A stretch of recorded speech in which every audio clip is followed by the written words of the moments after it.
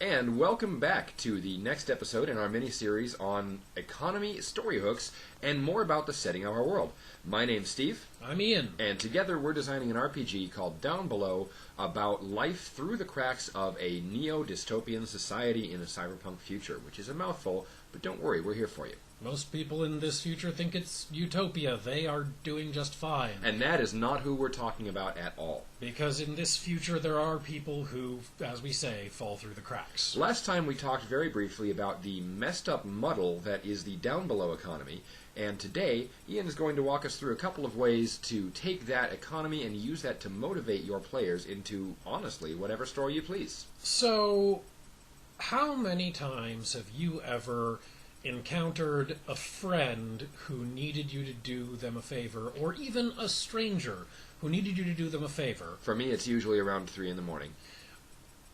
At, whether it's at an inconvenient time or at a convenient time.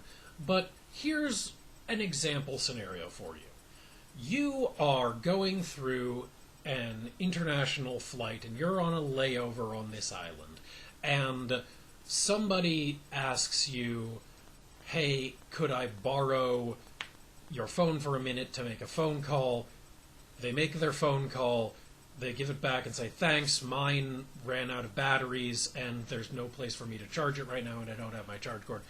They have reasons that they needed to do it, so on and so forth. Okay? Everybody's probably had a similar experience to this, whether with a stranger, with a friend. They did a small favor for somebody.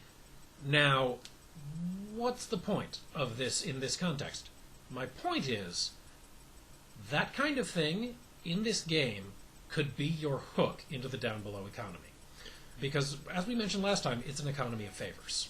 On a very low level, what happened here, if it's not a hook into the story, is very simple. Someone did a small favor for someone else.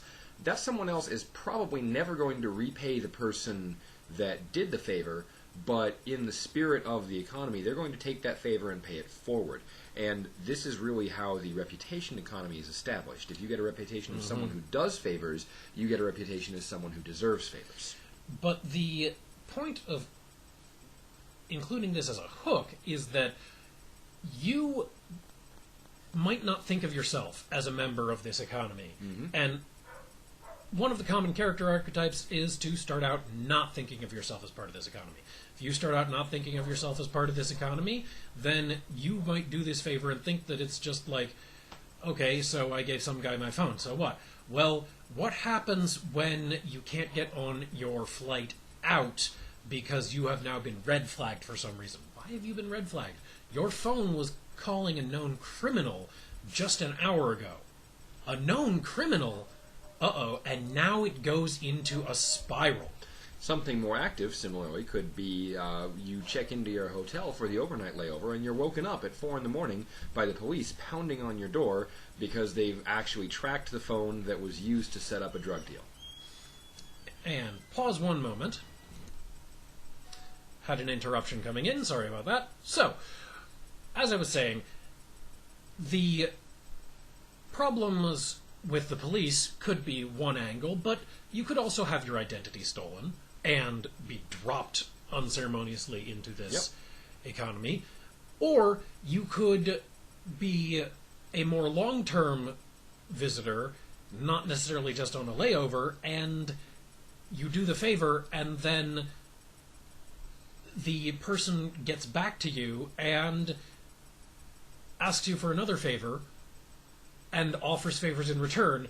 And at this point, at first you don't think you have any use for this economy of favors, and maybe it doesn't seem very appealing, but then the GM can introduce situations where you think that you could get an advantage by, well, you found out that this person who you're doing favors for has a reputation for, what's a good underworld economy reputation thing? Oh, I don't know. Let's just say a reputation for finding hard-to-find things. And so you want to find a hard-to-find gift for your boss to impress them.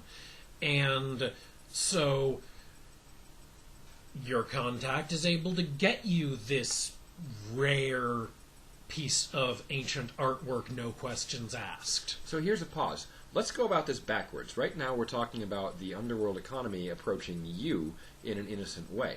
What happens when we're in the other way around? What happens when you are the innocent traveler and you are staying in this island of Nuevo Paradiso for a day on layover, or even for a week on vacation, and you would like to get your hands on anything from a hard-to-find, just out of prototype stage media player to possibly a bootleg disc of one of the newest movies, to possibly just an innocent gift for your significant other that you just don't know where the markets are. You ask someone local, where can I find this? And they say, don't worry, I'll get it for you.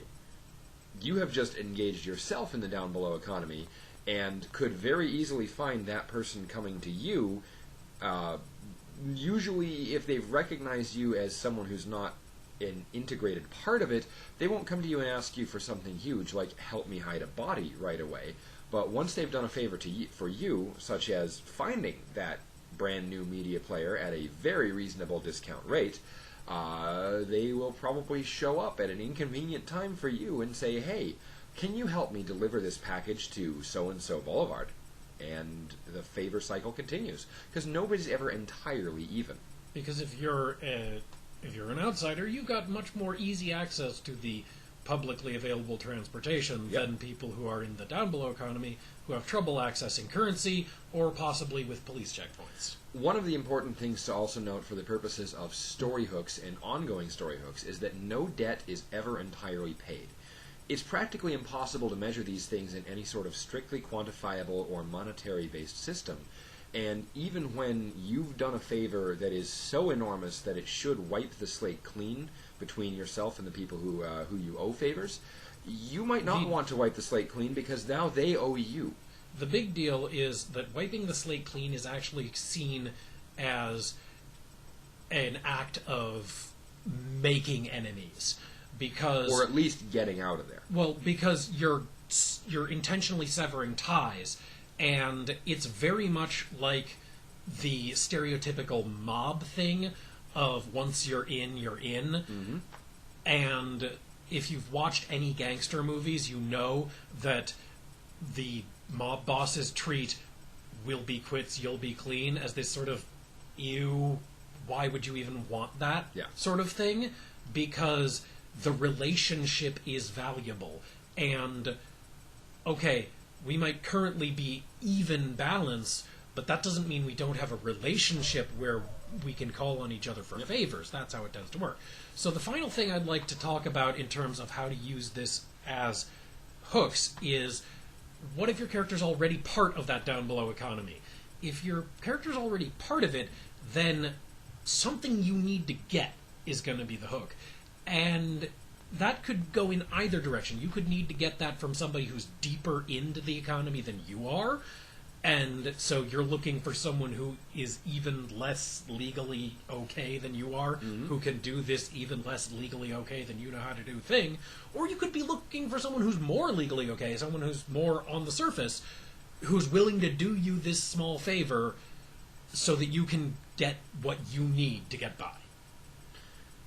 Okay, I think that pretty much wraps it up for today. As always, if you have things you'd like to hear us talk about, please let us know in the comments below. Hopefully we've thrown out some plot hooks for you. Next time, tune in as we talk a little bit about the shadowy one-world government, which is not actually a one-world government, its involvement in the down-below criminal organizations, and the mafia of favors. We're going to start all that with Nuevo Paradiso, the place, and how it ties it all together. Yep. See you next time.